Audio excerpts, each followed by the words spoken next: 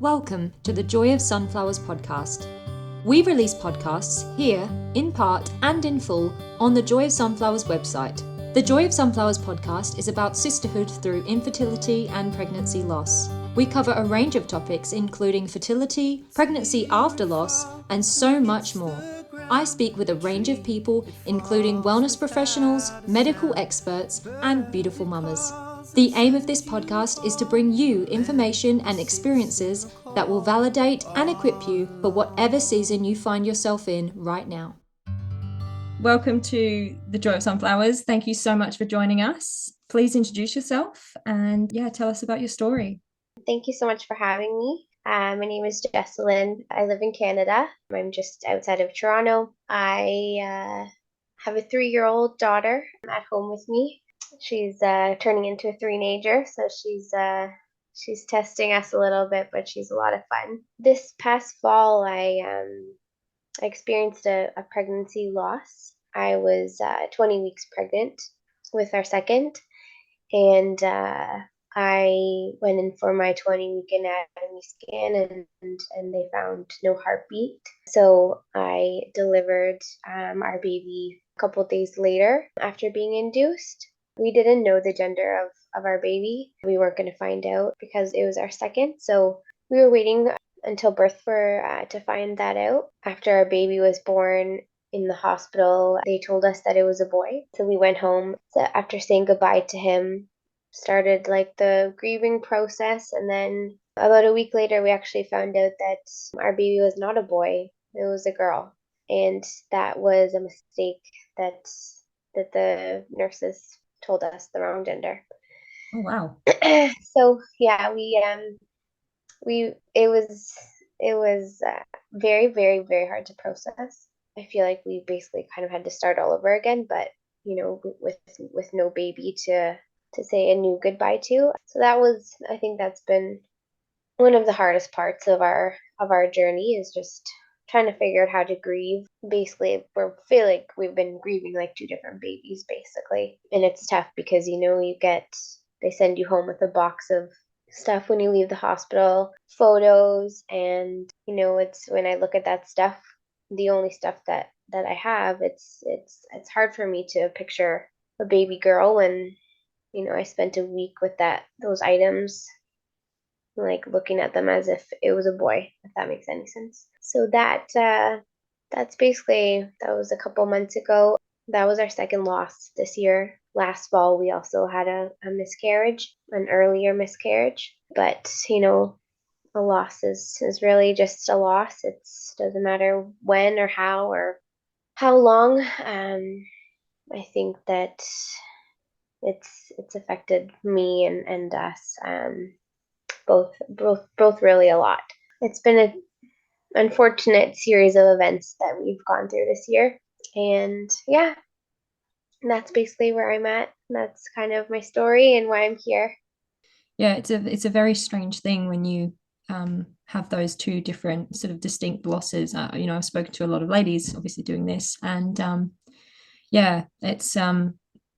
it's kind of strange when you've had both sides of the sort of coin, because some women will have later losses, and then some women will have earlier, and then of course there's ladies like you who have both. Like, is there anything in the two experiences that really were different for you?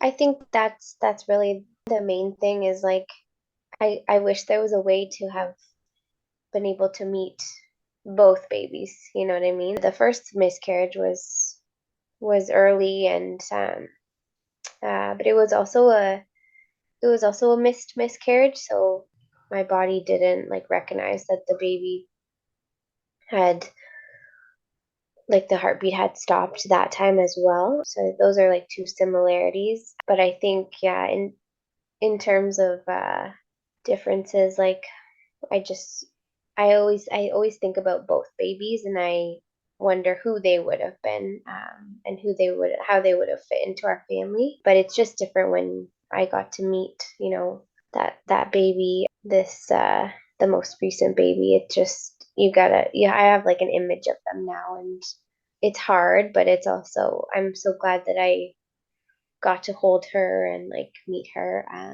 at the same time, Gosh, and they got the sex of the baby mixed up. That must have been a very interesting time because you, like you said, you mourning the loss of a son, and there is a distinct difference in children, Totally. a boy and a girl. I am lucky enough to have two. I have three children, but I have a boy and a girl, and yeah, there is a very distinct difference in the way they behave, in the way they grow, in the way they do things.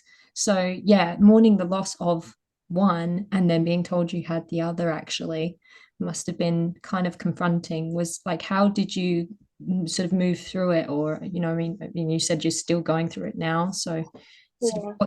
what's kind of keeping you, on a sort of even kilter or kind of helping you kind of move through it as you're going through now?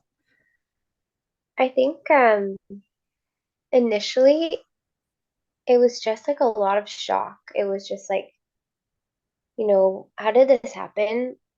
And like as if we hadn't already been through enough. Now like we have this added layer on top of it. I feel like I was in a lot of shock for weeks. Like I felt like I was, I was grieving. Like the first week we were home, I was, so like so sad, like so distraught. And then that happened and I almost felt like nothing. Like I was just like, I don't know how to process this. I don't know where to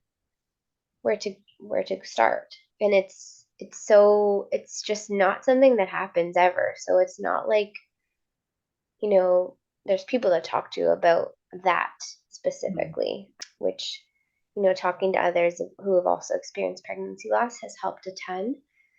But I've yet to meet a soul in the world who have had like that gender mix up. So I think it's been hard to just feel a little bit alone with that. I think what has helped me now is just really talking about her a lot and just talking about her with my daughter. Now my daughter will bring her up a lot, and I feel like finally, it's been almost 3 months. Finally, it's starting to like sink in that she was a girl. Whereas, like, I think it took a long time to get here, but I think just bringing her up, talking all the time about her has helped me a ton, and just being open about it, and just really picturing our lives like how they would have been with two daughters. As sad as that is, it's just helped me kind of put an identity to her, and I think that's important to keep her like memory alive. Did you give her a name at all? We did, yeah. So initially we named our baby Mateo for a boy's name, and that was one of the things that we really struggled with, is like we've created this identity around Mateo. Like he has a name, like it's all over the memento box that we have. So it's like, do we change that name? We really struggled with it, but in the end, we decided to give her a new name, the name that we were going to have if it was a girl, but keep Mateo in the name. So her name is Camila Mateo. So we've kept Mateo like in the middle name, which worked for us because we didn't feel right really totally removing that name from the baby, just because we associated so much with it. And yeah, it was a tough decision, but I think we made the right call for us. Definitely. I mean, Mateo is part of her identity as much as Yeah, the name you've given her, because that's what she was for, however long you sort of thought it was a boy. So it makes yes, sense. exactly. Yeah. No, that would be I understand that would be tricky. But yeah, maybe add her name to the box if you still have the Yeah, box. So her name's on yeah, there, that's but on my Mateo's list still of on things there. to do. A lot of ladies have a placement for the baby now. like if you are like Christian, like myself, you believe your baby's in heaven. And some ladies have said, oh, I believe that the baby's still trying to get here and that I'm still going to have the baby one day. And yeah, so it's just a lot of different thoughts. Did you have any thoughts on sort of where the baby is in your mind or? I think that, I really believe that she is somewhere, whether it's in heaven or in whatever space it is. I think that she's there, and she's like with us though. Like we carry her like with us. But I think that she's there and she's watching over us, and just that's why I always like make it a point to keep her a part of like our family conversations and traditions, and because I have a feeling that she's just like watching us and just like trying to make her proud. That's really beautiful. My family, we kind of haven't really talked about the baby too much. Talk about it a little bit, but my daughter kept getting confused and thinking that there was still the same baby in me. And I was like, no, that baby died and went to heaven. And Yeah. I just had to keep saying it, and it was really quite distressing.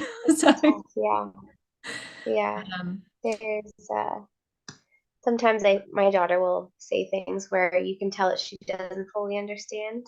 So that is a bit hard for sure. when you first told your daughter, how did she take it? Like, did she kind of understand it, or did you have to explain it? Was it one of those things that you had to explain again? Yeah, I think like the first, I want to say like month or month and a half, she still acted as if I had a baby in my belly, and if she was like stepping over me on the couch, she was like, "Oh, don't worry, I won't hurt the baby." And I had to like just be like, "Remember, like we talked about this, like there's no more baby in there anymore." And yeah, I think it took a while for her to really like understand, but I don't know if she puts like two and two together when we talk about Camila and we talk about like mommy doesn't have a baby anymore. Like I'm not sure if she can connect those two yet. Yeah, it's just they're at a tough age where like they can't fully understand the concept of dying, and it's hard for them. But the doctors and the nurses at the hospital, they were so great. They're just like, try and be honest with your children and just keep it simple, and one day they'll fully understand even if they don't right now. But so that's what I've tried to do.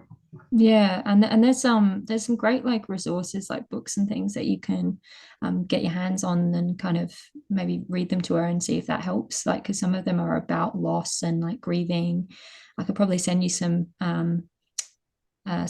links and things. I might actually put it up here so people can see like some links Yeah, to some books. I'd love that. Um, but yeah, there's some really great ones. There's one about changing of seasons. I can't remember what it was called, but it was really beautiful, and it just kind of goes through the seasons of loss. So like literally the stages and like how you like get through it and stuff. So I think it was quite impactful. But yeah, and then there's another one that's sort of about heaven. So I don't know if you'd want to read that one, but yeah, I've obviously found those very helpful for my kids. Did you have the same thing with both pregnancies? Because you said you had an earlier loss earlier in the year.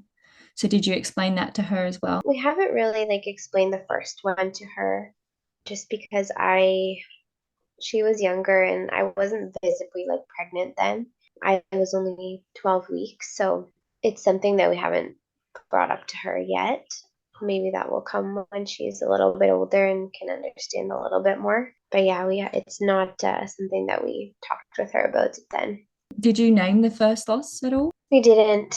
It it was I think it was just one of those things where it was like it was so shocking, Mm. when it first happens to you, and it's like, the floor falls out from underneath you, and it was just so shocking to me that I had no like you just like you don't think that something is going to happen to you like that, especially getting pregnant so easily with our daughter and just like no complications with her, and just like when you're not aware of stuff, when you haven't been through it, it's like you get pregnant, you have a baby. Yeah. And then it's like a slap in the face when you And realize that's not the case. yeah, yeah. And I think that, you know, I didn't know how to like process it. So I think that I didn't do a very good job of like grieving that loss properly. And I think that I just didn't really know what I was supposed to do. So I just tried to basically move on, and it didn't work so well. It took me a long time. Like I really struggled with it. And I think it's because I tried to minimize it a little bit Yeah. and make it seem like less than it was. Mm. If that makes sense. So Yeah, I a lot of didn't end up, sense. 'Cause I felt yeah, very silly when I had my first loss, but I think it's partly to do with like society and how like in many ways we're sort of told, oh, it's just a clump of cells and it's fine. So then you're like, am I supposed to mourn it? Am I allowed to mourn it? yeah, Did I lose something or didn't I lose something? And obviously we no, and did lose it's just, something. We lost something very real. For me, reading the Bible was really helpful to me because in the Bible it literally says like God knitted you together before you were in your mother's womb. So then I was like, okay, I've definitely lost something. Fantastic. yeah, I know now. Like I'm not being ridiculous. But yeah, every woman feels like when they've gone through the loss, they feel something. They get so upset and so, broken by it. And I think that really just shows us we have lost something. Because if we hadn't, we wouldn't all feel this just we all feel the same way as well. It's just it's insane how we can all connect so well from going through this time. yeah. It's beautiful and horrible. But It is the worst club to be part of. oh yeah, and I totally get what you mean, the bewilderment when you have had a child. You're like, well, I'm not going to have a problem, right? Because you do the thing and then baby. But Yeah, and yeah, that's just what you're taught, growing up. It's like you get pregnant, then you have a baby, and it's like actually no, it doesn't always happen that way. And I think that's a hard lesson to learn, and unfortunately one that we know, a lesson that we know. yeah, yeah, we learnt the hard way. With your first loss, how did it go? Like for me, I had like a long wait period before things kind of got out of me because my Yeah, body was like, what the is going on? Usually when we're pregnant, it's like this other way. So my body just yeah. didn't understand at all. So yeah, how was it for you? It was quite similar for me actually too. I basically got pregnant. I didn't have like an early ultrasound because I knew exactly when like my dates were, because it was like right after we got married, and so I knew exactly my dates. Like I was like very very sure. So I waited until 12 weeks to have my ultrasound. And when I got to the ultrasound, they were like, you have your dates wrong because the baby here is the size of 6 weeks and there's no heartbeat. And they were like, are you sure about your dates? And I was like, I'm positive. I just got married. I had my period on my wedding. I know exactly when Yeah, my last period was. And they were like, okay, well, there's no heartbeat here. You'll have to, if you want to wait a bit and like wait a week and come back and see if there's growth, let's do that. And I knew immediately then like there was not going to be growth because I was sure of my dates. So basically the midwife was like, this is what's called a miscarriage, because your body hasn't recognized that the baby like has died. So I went back, for the ultrasound, same thing. They sent me to the hospital basically to go over my options. This was like right kind of before we were going on a trip before Christmas to visit some family. So I didn't want to do the surgery option. I just wanted to basically take the meds and get it over with as soon as possible. They told me that because my body hadn't recognized it and it had been 6 weeks, that my body probably wasn't going to recognize it, and it could cause an infection soon. So they basically didn't really give me that option. They just said surgery or medication. I went with medication. I took it like that weekend. I wish someone had prepared me for what that entailed, because it was, I mean, before this stillbirth, experience, that was the most horrifying experience ever. It was terrible. I was like, I'm never doing this again, hopefully. So I did that. I was, awake all night, passing, like, I don't want to get too graphic here, but lots of you can big, if you're comfortable talking about it, because a lot of women just say it's like, liver like and kind of like really odd looking and just clumpy. That's what I've it was told. basically like the size. I didn't look because I was too scared, Yeah, fair. but it felt like the size that, like, it felt like lemons. I felt like I was passing lemons. Like, that's how big the stuff was. I really hope you enjoyed the first part of this podcast. If you'd like to listen to the rest, please visit thejoyofsunflowers.com. Please note that all speakers, including experts and professionals, express information, views, and opinions that should not be used to diagnose, treat, cure, or prevent any medical conditions. If you have a medical issue, please consult a qualified professional. Speakers voice their own views, opinions, and conclusions, and they may not reflect the views, opinions, and conclusions of other speakers. Ella Rose, The Joy of Sunflowers, and its sponsors may not endorse all or any of the views, opinions, or conclusions expressed.